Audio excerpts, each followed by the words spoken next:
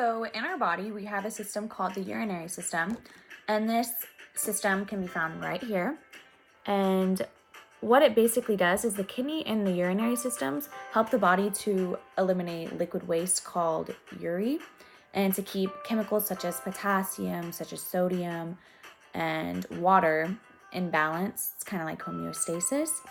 And the uri is produced when foods containing proteins like meats, poultry, vegetables, things like that are broken down in your body. And then the uri is carried in throughout your bloodstream to your kidneys. And that's where it's removed along with the water and other waste in the form of urine.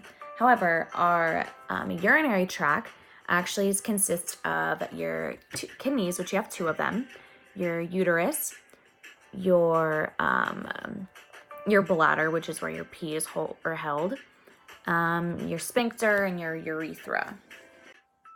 So you have two of these kidneys. Your kidneys are located directly below your rib cage toward the middle of your back. And the function of a kidney is to remove waste products and drugs from your body, balance the body's fluids, release hormones, regulate blood pressure, and control production of red blood cells. Your kidney consists of multiple different parts, as you can see here. The renal pelvis is towards here, the renal vein, the renal artery, and this is where it connects to your ureter, and this has your renal cortex of your kidney can be located here and here.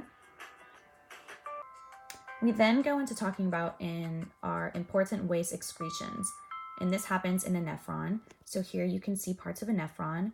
It starts in the afferent arterioles, which is located up here. It then goes to your glomerular capillaries, and then your efferent arterioles down to your tubular capillaries. And then the ending point is called the Bowman's capsule, and this is where filtration happens. And as you can see by the numbers located on this diagram, this is where filtration happens, like I said, in the Bowman's capsule.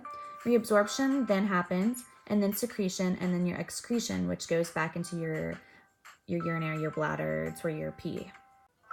Still talking on the point of a nephron and how it makes urine.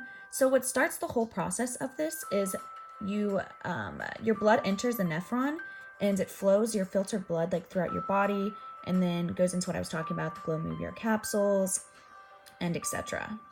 And then your urinary system also contains two ureters, and these are narrow tubes that carry urine from the kidneys to the bladder, and the muscles and the ureter walls continually tighten and relax, forcing urine down, so it's like mechanical, and it's urine downward away from the kidneys. And if the urine backs up or is allowed to stand still, a kidney infection can develop, which is no bueno. And about every 10 to 15 seconds, small amounts of urine is actually emptied into your bladder from the uterus.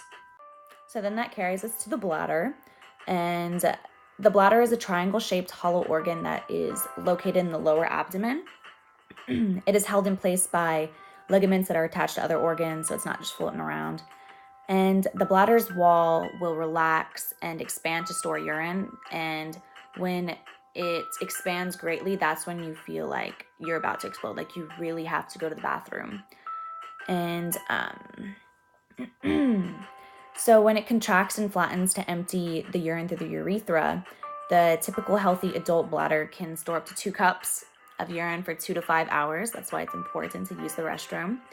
And your urine actually is 90 to 95% water, and 5 to 10% solid waste, either inorganic or organic.